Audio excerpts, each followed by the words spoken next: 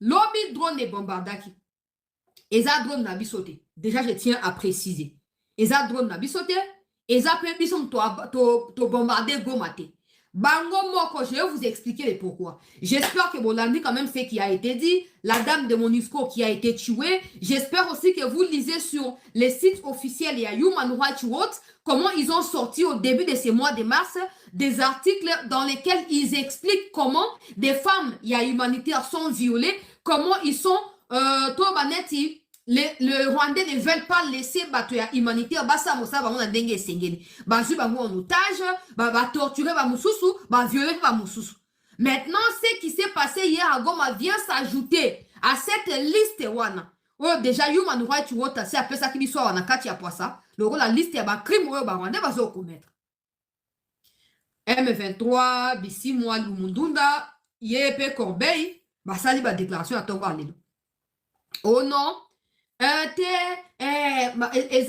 gouvernement qui s'est bombardé, n'a pas expliqué bino. J'espère que vous l'avez dit, ma déclaration, oh France a pesi, oh bango moko bato ya UNICEF wango ba pesi, oh bango moko pour UNICEF on dit que moi c'est la bande ko travailler, j'espère que la Bible MONUSCO mais c'est UNICEF. Place moi ça va travailler. Bango moko UNICEF wango ba lobby, Human Rights Watch yepa utu ko loba, France a lobby, Union européenne a lobby, Belgique peut a lobby. Naete so botangi bref na kotangi la bino pona ba o botangi te po bosa nini bo comprendre makambo ndenge ezokende. Mais siko na kati ya logique soko tangi déclaration ba o na tu otanga ba structure na tangi wana ba pays wana okomona que nulle part ils sont en train de mentionner question ya ko enquêter sur ce qui s'est réellement passé. Ils disent qu'ils condamnent, ils disent que M23 doivent arrêter hostilité, ils disent cela. Mais ils ne disent pas que à cause de Liwa ya Karine Wana et Sengeli Koyeba na Kobimisa, qu'est-ce qui s'est passé? Banobi kabo ya enquête te. Siko na kobanda wana. To laike bandeko to kota to landa makambo to na bana makambo baati bo monde ngeni nasisa baati bon po makambo akabile za actualité na makambo zo leka na Goma siko za actualité. Comme ça na bana baati liko bon to sisa na makambo akabila to kita na makambo akabila peut continuer na ba image à front ainsi de suite. Na sengi to like to partager pour makambo za limutu mutu. Kagama za na France na ete so bolandi makambo ya nucléaire ça makuna sommet makambo ya nucléaire ye mutu azakuna. Alors avant mutu azakuna a réunisaki ba Corbeil Jamba 2 jours avant qu'elle kuna. Réunion na basola ki makamonini. Réunion les faire suite et à réunion oyo et landa ki liwa ya wiri ba ngomarira. A convoquer pe bango ba saka pe réunion. Après bazui ba précaution bazui. Après quelques temps ba sanction est tombée. Maintenant face à ba sanction, qu'est-ce qu'il faut faire? A-t-il ne sengeli ko adopter? Est-ce qu'il faut supprimer M23? Mais moi boss na te ngana na saki bino bo kangal kambwana. Que na nyoso wana Kagame est dans un dilemme entre protéger son pouvoir et supprimer le M23. Dans l'optique qui a supprimé le M23, Kagame lokola moto ya criminel. Ayebi ke soka éliminer lelo oyo Kabila. Soka éliminer Corbeil, soka éliminer Makenga, ezape poa moko ya munene longue na mapeka na ye moko. Parce que vouloir ou pas, ces gens-là sont des Rwandais. Ce sont des gens qui sont appelés à vivre un jour au Rwanda. Et parce que Kagame les a exploités au détriment du Rwanda, ou au détriment du peuple rwandais plutôt, au profit de son propre pouvoir, Kagame aura du mal à garder ces gens-là sous son joug sans que Batona se révolte, tout bas à la source et à insécurité et inquiétude pour naï. Donc, solution pour la Kagame, ezali à neutraliser Bango sur le territoire congolais. Pour n'avoir sa responsabilité et pas dans l'État congolais. Ndio moni basali théâtre wana. Na opesa makamonyoso. Na 4e édition, na sengito na été bandeko s'il vous plaît, to partager bandeko no bakotité, bakota. Vieux Maradona bat lukwebo comme je disais a sengi pardon pour amoni likambo indeli. Pas parce que azali pour regretter ba propos, pas parce que azali na posa vraiment que non. Harmonie ezonga po ase ayebi ke ma esi etcholi na se ya pont. Ayebi déjà. Ayebi ke moyen ya korekile ezali te. Solution na yango ezali komi bimisa loko a victime na minicho. Et pourtant quand il accusait loko a Mende au Malanga, a lobby na kati ya émission, a lobby comment tu peux qualifier tous les Congolais d'immatures. Au moins aspect wana tomona ki yango te. To décrypta ki yango te aspect OK. Pour hier tu lobby que non. Si des hommes de 60 ans, 50 ans ne peuvent pas être matures, ce n'est pas une constitution de 18 ans qui peut être mature. Sauf dans la logique qui a battu le Kwebo, ça signifie que tous les Congolais qui ont la tranche d'âge qui varie entre 40 à 60 ans ne sont pas matures. Ça veut dire que Bahati Lukwebo, en fait, a craché sur tous les Congolais. Bahati Lukwebo s'est moqué de tous les Congolais. Mais ce n'est pas pour rien cette attitude-là. C'est parce que Bahati sait que Kabila était à Goma avant qu'il ne traverse ce matin vers Kigali. Et il s'attendait à ce que Kabila Sanini a réussi au contrôle Tango Kagame à Kolongola M23. Kabila Zonga Makambo. Comme ça, à partir interne, Nenge Katumbi alinga sa na batna ye ya ba mwando simba. A partir ya gouvernement ba bati ba ko déstabiliser Tshisekedi au profit ya Kabila. Au point ya ko sala ba alliance ya sika o ya ko contraindre Tshisekedi à céder quelques postes clés. Le quoi ba poste régalienne wana et pas nanani et pas na batu ya kabiliste coalition na bango. Malheureusement le quoi likambo nenge première dame Denise Nyakeo Tshisekedi alobaki mokolo le 8 mars likambo zali pe spirituel. Tobonde la pona mokonzi ya mboka, tobonde la pona mboka. Po au-delà ya bitumba oyo spiritualité pe zo bunda makasi. Nzamba ya kosala ke na kati ya mbutu wana. Tshisekedi asa yebi ce qui se passe. Et ayebi ke plan ya Kabila il faut échouer. Siko banda tongo alelo ndenge ba Rwanda ba mi auto bombarder. Po ba boma batu ya UNICEF tope batu ya humanitaire bazali na kati ya Goma. Pour voir que la beurre est un gouvernement congolais. Mais réaction à la communauté internationale et permettre biso, notamment à la France, parce que la dame est une citoyenne française. Réaction à la président et à France, Macron et là qui dit que ils étaient au courant de ça. Ils s'attendaient à cela. Et ils savent que ça ne vient pas du côté de la RDC. Du coup, les Camerounais, comme c'est compliqué. Qu'est-ce qu'il faut faire? Yoka Steve Mbika, il n'a qu'à déclaration pour Bahati azali affaibli bandeko balandi. Il y a cette news. Bahati a mis auto affaiblir à travers déclaration Oya Pessi. Steve Mbika lobby. Salus Populi Suprema Lex Resto. Remix. Cette antique formule latine traverse les siècles pour venir frapper à la porte de notre conscience collective. Elle proclame que le salut du peuple, sa sécurité, sa survie, son espérance constituent la loi suprême. En RDC, nous avons connu les régimes de Mobutu, de Kabila Père, Kabila Joseph, puis celui de Tshisekedi. L'insécurité persiste dans l'Est, véritable plaie vive de notre histoire contemporaine. Sous le mandat de Félix Tshisekedi, cette tragédie nationale a trouvé une réponse d'une autre nature. Une lueur d'espérance se dessine à l'horizon. La question sécuritaire est abordée avec fermeté et sagacité. Le régime de Kigali, jadis rogue, se voit aujourd'hui acculé et sanctionné sur plusieurs fronts. Sur le terrain, nos forces armées reprennent du poil de la bête et restaurent la dignité militaire de la patrie. Bientôt, la paix reviendra à la faveur du contrat États-Unis-RDC. Les jeunes trouveront du travail, la reconstruction s'amorcera, malgré les écueils et les imperfections. La volonté de mieux faire anime visiblement la gouvernance actuelle. Un patriotisme tangible se lie dans les styles et la matière de faire du président Tshisekedi.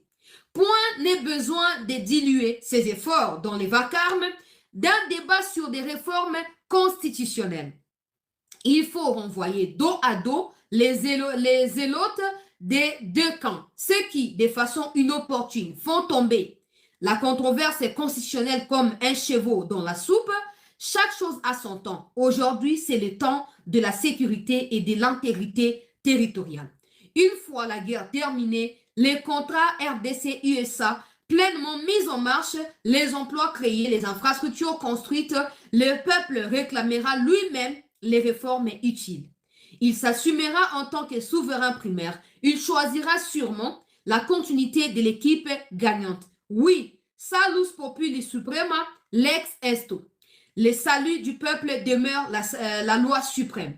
Quand le peuple et ce même peuple décidera réviser ou changer plutôt la constitution. Inutile de forcer la note, patience et confiance. Laissons venir la victoire. Extrait de La carte est blanche. Ok, voilà, merci. Banamboka, Congolais, Biskano, Sobozami, Namunga, Oyo, et Zamoko, Abino, Boyebi, déjà, na Congo, la président Lola.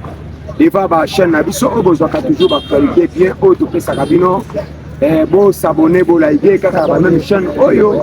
Donc, sur la Nabino, Nangonga, à 11h, au Tozali, en République démocratique du Congo. Tozaka toujours pas patriotes pour Namboka Congo. Rien que le Congo, Toko Lobela. Nous avons sur Namboka Moussouté. Tozepela Kabisikano, Tozalaka, mon monde entier. Ceux qui va bénir aux Congolais, Tozaka Nessenga, Tozepela, pour qu'il y en a que non, Nazali Congolais. Mais Ezana Batu Moussousou, na Katia Congo, ceux qui ont mis Benga Kaka nationalité naïe. Et là, que pèse sa capsule dans nos passes. Un Rwandais au Congo, Soko Bengie que Rwandais a moni le cola au fingier. Mais or, Aza Rwandais. Mais Baboyaka pourquoi? Puisque Baebi que non, Baza Bafoui Moko Yamabe. Voilà tout solo là. Ce qui se passe au niveau de Goma, au niveau du Katanga, en République démocratique du Congo et précisément dans la ville province de Kinshasa. Banamboka, Rimer au état molami concernant le général Edi Kapen. Bolanda ba Rimer té. Puisque l'objet n'a pas dit que non, le général Edi Kapen n'a pas droit à erreur. Puisque Ayebinda Kouana très bien. Ndako abato balimba kokotisa ewana ayebi yango très bien que non sont des sorciers yango na yebiso que non un Rwandais alingaka kondima te babenga un Rwandais puisque ayebi que non un Rwandais eza kombo moko pourri. Le général Edi Kapen a toujours na visère et na confiance ya chef de l'État. Rimer oh non c'est outi ko pesama. Eza ba poison rwandais. Le kola ba yebi que non le général Edi Kapen azana confiance à mokonzi mboka. Yango ba lukaki toujours basta eloko moko boy epesa polémique mais le général Edi Kapen azali est bien en forme contre la République démocratique du Congo.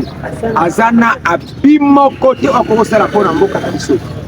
Puisque ayebi que rien que le Congo azala mboka musuke. Bon tala un exemple typique. Mutu lokola Willy Ngoma a servir ba Rwandais tant des années. Tant des années. Willy Ngoma a bandi rébellion mwana muke. Mais suka nango lelo kaka bango moko ba Rwandais. Nde ba yeko sala keno ba éliminer Willy Ngoma ba bomaye. Pourquoi? Puisque le baki était cause bango baso bundela baso monango eza injuste. Alors le général Edi Kapen n'a pas droit à erreur. Mon général, merci. Merci pour la loyauté aux opposés pas à peuple congolais. Donc on ne pas chef de l'État, puisque nous général et congolais, lobby ce qui est président Félix Alobi, Alobi qui a le pouvoir, yo continue la caca général en République démocratique du Congo, yango na lobby que non, loyauté na yo au PC pas congolais, au PC pas chef de l'État. Voilà. Chers Congolais, qu'est-ce qui se passe? Au niveau de Goma, l'Est de la République démocratique du Congo, ça chauffe. Je dis bien que l'Est de la République démocratique du Congo, ça chauffe. Si tout va bien. Au moins une semaine au Tozobanda. Vous allez une semaine moko et cause la plus dangereuse pour l'Est de la République démocratique du Congo. Lelo, toyebisaki bino que non, nos FARDC et les Wazalendo bazalaki à 7 km na niveau ya Nirangongo. Puisque avoir Nirangongo à atteindre déjà Goma. Lelo nazo sabino que non, la ville de Goma est entourée. La ville de Goma est entourée de nos frères FARDC. Et les Wazalendo nenge bazawana, baza déjà na kati ville ya Goma. Dozo c'est la kaka Gopas. mais eloko ni tozo freiner. Eloko tozo freiner tolingi ben de santé puisque ces gens-là vont profiter comme massacrer population puisque baloba keno voilà eloko Tshilombo asayenene asali. Mais toza na stratégie moko oyo toza toujours na ko cibler bisika bazali. Nde bisika toko paralyser pe ko neutraliser bango. Na kati ya ville ya Goma. Toza très bien. Lelo bana mboka na koko tuna bino position ya nanga ezoyebana te eza lolenge nini. Nalingi na tuna boyebisa biso tension ya nanga ezali ya augmenter obe eza ya kokita. Parce que tango bango batunaka biso batuni tension ça va biso pe lelo tozotuna bango est-ce que monsieur nanga tension eza ça va puisque tozoyoka liso ata déclaration moko ozosala eza te. Lelo bolandi la France oyo ezalaki ami fidèle ya Paul Kagame na régime ya Kigali. Mais lelo bolandi concernant drone oyo ekweyaki na Goma mutu ya liboso abimisi ba vérité nyonso c'est la France. Ya koloba ete Rwanda aza na esika koéchappe te. Drone wana ezali RDCT ezali Rwanda nde mutu asali nini atindi yango nyonso wana bazosala pona koloba keno l'RDC nde mutu asali eloko wana. C'est la France. Qui est la France? France ezalaki ami fidèle ya Paul Kagame ya Kigali. Mais le Paul Kagame a délaissé et abandonné. Même chez les Français. Moutulelo azosala que France que lelo Kigali ezala c'est la Chine. Donc les Chinois malgré confiance bazola kisaya mbebo ya kopesa mokonza mboka mais au fond du cœur bazara kanda na bango ezali par rapport à quoi bazali koloba comment c'est possible le président Félix akoki koya ko annuler accord de 30 ans au bango basinaka avec M. Hippolyte Kanambe qui signifie Hippolyte Kanambe c'est muto ase maskaki na kombo ya Kabila. Yango ba chinois bazali toujours na soutenir Kigali pour un accord pour il y a 30 ans mokonza mboka lobi tous les accords là faut ezala renouveler et kozala renouveler comment jusqu'à tel point comment que non les Chinois sont devenus crédibles en tout et pour tout ndeto renouveler ba accord na bango. Si ça ne tient pas, nous n'avons plus besoin de négocier avec la Chine. Chers Congolais, les pays étaient pris en otage. Plus qu'à l'époque belge. Les Belges, ils ont colonisé Bissau. Mais les Rwandais, bayaki nde kocheze na République démocratique du Congo. C'est chose étonnante. Lelo bauti kolanda les sorciers au nom de Shakindala oyo abimisi ba révélation ya koloba ke l'ancien DG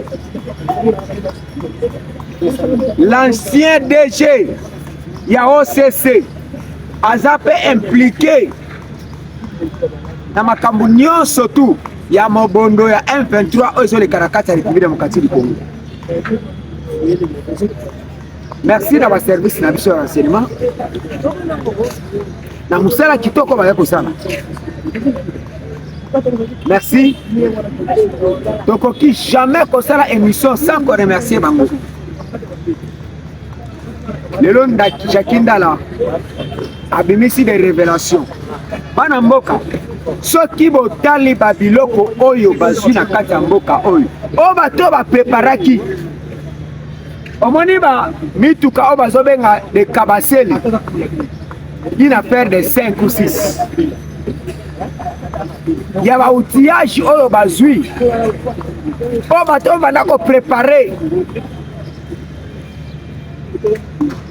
mais eza soni pe eza passe ya solo Jackie Ndala sur bazaki na ba vrai ba congolais.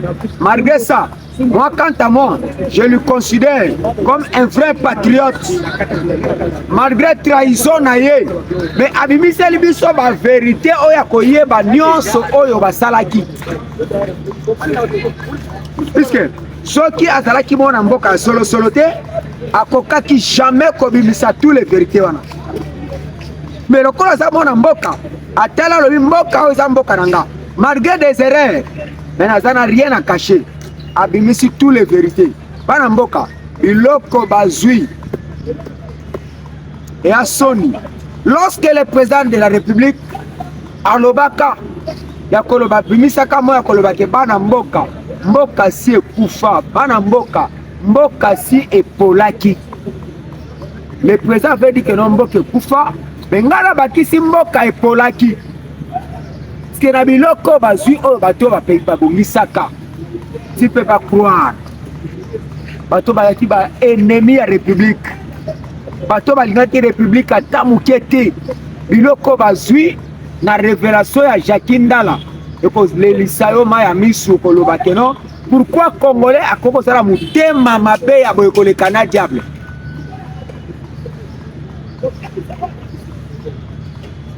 Lelo merci.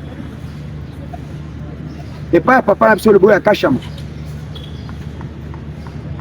Papa Luboya Kachama, je te remercie.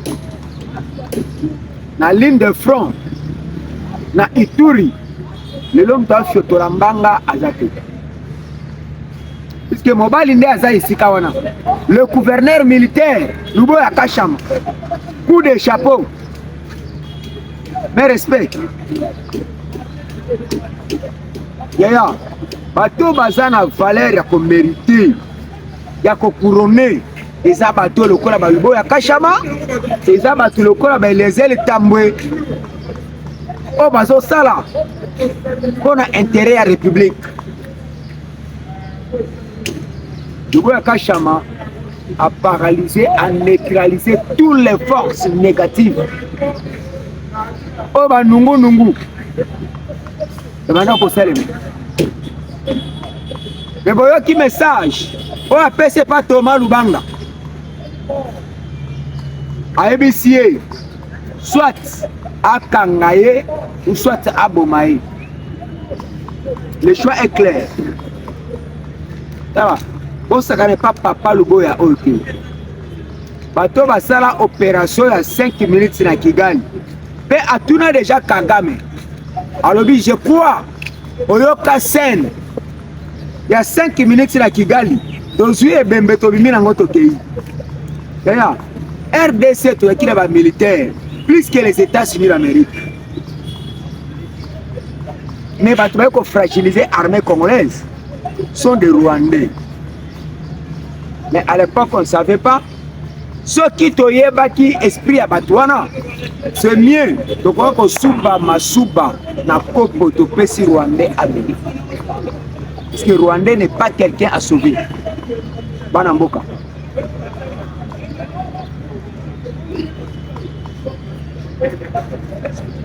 Rwandais azali mutu ako sauver te.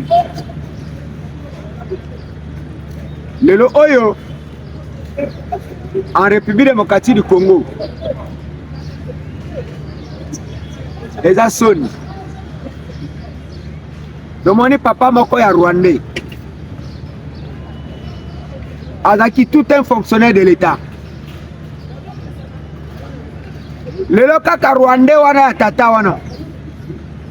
A comme lelo ko remercier chef de l'État. Alobi j'ai fait 18 ans. J'ai fait 3 ans. J'ai totalisé 21 ans. Avec ces genres de Rwandais. Natikala kozwa tant ya kolukata kosoma mutuka te. Mais lelo, avec le président Félix, le président Félix, je dis bien tout est Rwandais. Papa on a azaki Rwandais de père, de mère. Mais lelo, ils ont remercié tous les efforts du chef de l'État.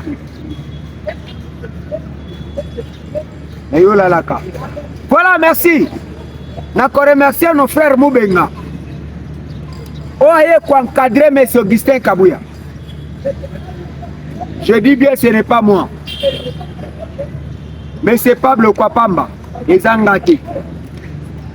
Eza Mubenga. Mubenga a écoloba tous les vérités qui se passent en l'IDPS. Et qui est le traître? Qui est en train de tuer l'IDPS? Qui est en train de tuer l'IDPS? Eza Mutoyo. Oyo.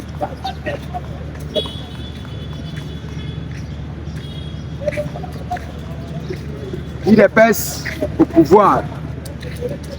Aucune manifestation, aucune idéologie politique.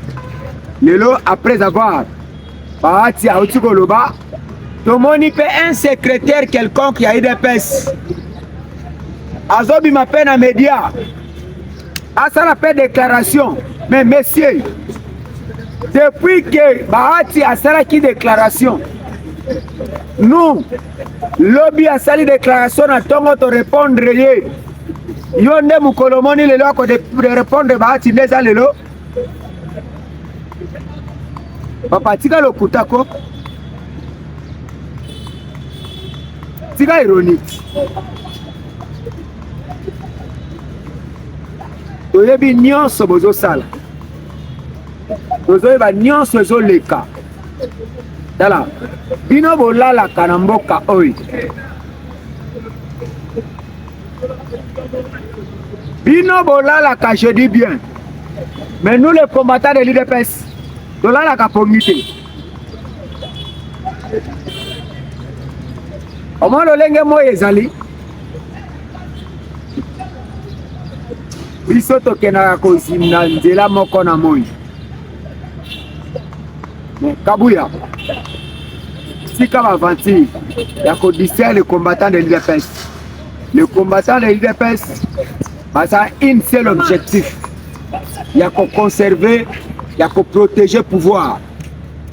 Chers Congolais, les autres ont dit que n'importe quoi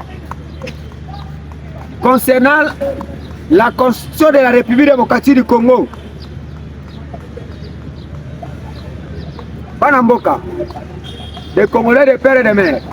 Merci Nalandi déjà. Merci. Tout le monde est là, bandeko bazali lelo. Nabisika bakozwa mabango. Pour réclamer changement de la constitution de la République démocratique du Congo. Lelo tous les Congolais ayebi que non, le président Félix Antoine a lutté pour la République démocratique du Congo. Yo kobo yanini. Mais ce que il faut zakara demo. Soto koboya ozaka demo olingi république oyo.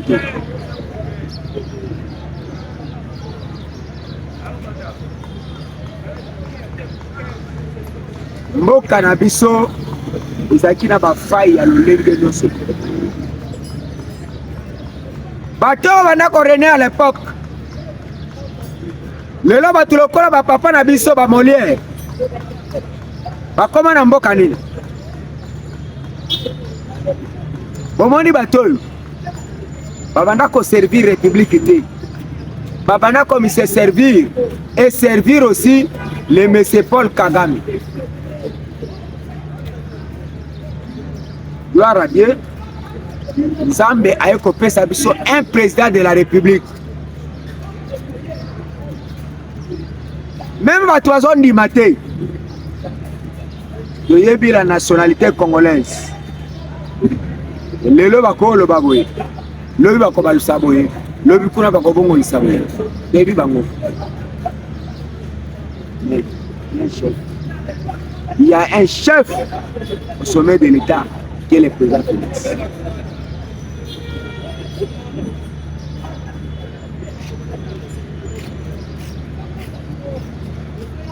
Congo ebebaki kokende na kokufa. Congo ezokende na kokufa. Ebanda kokende vers la mort. Congo ebanda kokende na nkunda. Mais il y a un seul homme. Il y a un seul homme. Oh, abimisi énergie na ye. Yakoloba jamais Congo kokufa. Et tant que mibali bazali, ata mobali moko, ata mibale, lobi bakotika la kotone. Pour la République démocratique du Congo. Lelo Barwande baganda ko kanisa na kati ya République démocratique du Congo ezana mutu akotel masute po alobela bango. Comme ça Kabila connaissait.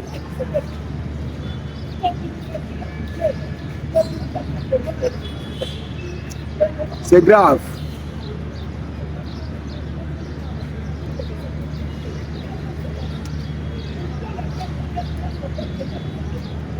Lelo monde entier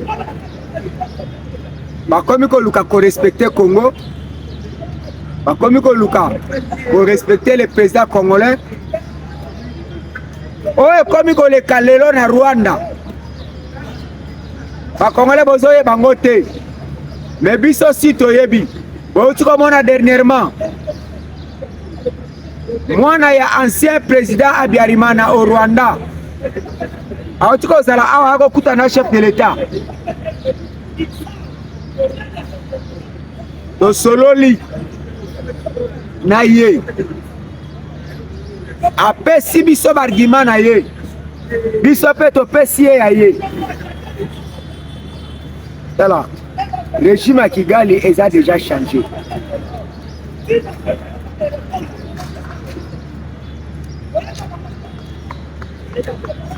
Le régime à Kigali nous ont renversé yango.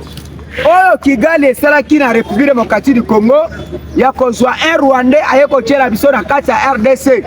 Lolenge biso pe to kozala pe ya kozwa un Congolais toke ko tshela na Kigali a dirige pe Kigali. Kabila c'est qui 18 ans biso to kozala 30 ans na Kigali. Bozala à l'aise. Tango bozo mwana ya ancien président ya Kigali na kombo ya mwana Habyarimana akomi koya na Congo console avec le chef de l'État président Félix, c'est qu'il y a quelque chose. Yango omoni Kagame atamboli auti kozala na France pona kende ko plaider pa Emmanuel Macron, mais Macron ayebisi boye yoka eloko Macron ayebisi temps na yo eza déjà passé. Aujourd'hui déjà proche na yo o azali remplaçant na yo nazana autrement ya kosala te. C'est fini. Uzobanga te bana mboka remplaçant ya Kagame amonani déjà toujours remplacé. Mais yoka toyoka tosola bien. Chers Congolais, bako sabino te que no Kabila aza à mort lokuta. Mutako sabino te que no Kabila azali na liwa lokuta. Kabila toza na ye. Biso ba Congolais toza na posa ya nzoto ya Kabila. De côté que l'ango morceau à morceau à tous les Congolais. Mouto a nyokoli ba Congolais. Mouto a pesi ba Congolais passe. Azana ta ya ko échapper biso. Azaka toujours na visère na biso et na visère ya chef de l'État. Bato baza bino keno Kabila akufi. Baza bato abisu mibale. Mais biso to na ba misu bisika nyonso tout. Kabila n'est pas mort.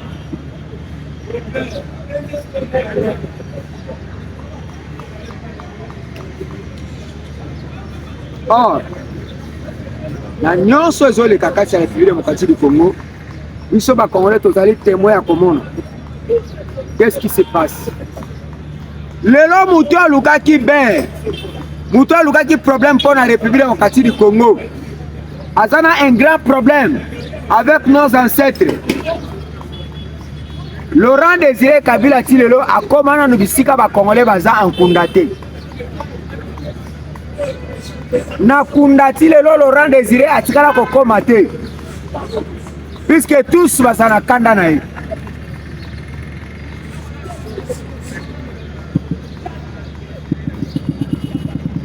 Yo lo bato yeba.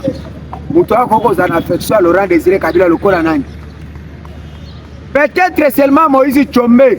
Nde akoko za la connivence puisque bangora bangonde ba traître. O ba sepela ko tayi République démocratique du Congo.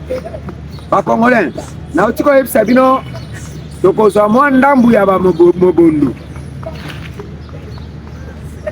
Lelo bokamwa te. Le jour où bokoyoka keno musicien moko ya République démocratique du Congo oyo pe banda ko renier batie maboko aza na prison bana mboka bokamwa te.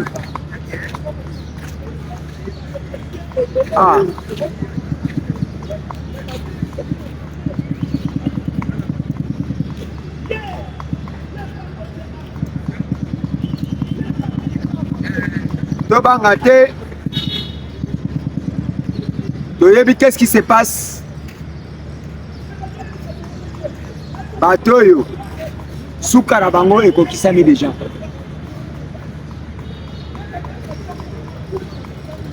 Batu balobi mwana mobile alelaka te. Le président Félix ne plairait pas. Le président Félix ayebaka keno nga kati na ngara kokanga epai ya mutu moko. Et na koyeba tous les ennemis à République. Lelo kati oyo président Félix akangaki Kagame. Ba ennemi ya République nyonso babimi. Lokola babahati. Lokola ba Capital Kanenginengi. Lokola ainsi de suite nyonso tout. Grâce à Sketch. Oto kangaki Kagame. Me bande konanga ba Congolais. Tozala bato ya kosepela. Tozala bato ya kobeta maboko. Tozala bato ya kobeta milolo. Puisque Dieu nous a exaucés. Nzamba exaucé biso na nini? Nzamba exaucé biso na lolenge auti kopesa biso mokonzi ya mboka o azali na souci ya République. Oui. Papa Etienne avait raison. Yakoloba dans 5 ans, si nous sommes crédibles, nous sommes capables d'avancer la République démocratique du Congo, c'est ça. C'est ça. Mais le président Félix a une difficulté par rapport à quoi? Puisque tous un partage à pouvoir. Et bateau partager la bango pouvoir. Bazala bolingo mboka te. Soki bazala bolingo mboka, batu lokola ba papa bahati. Anga koloba. Babe oui ba Congolais, ya solo constitution oyo. Botala. Mais bato bazaki ba ennemi ya République.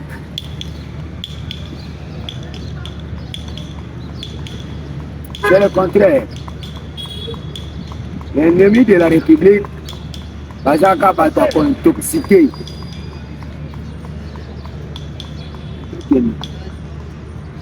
Bazo intoxiqué, bazo ba n'importe quoi. On croyait que le président Félix a cédé. Or, bakita ba mata jusqu'à l'infini. Puisque ayebisa ki bango nazali kozela mokolo boko koma na porte ya nene ya oya. Boto ke kutu te bokota na divagation.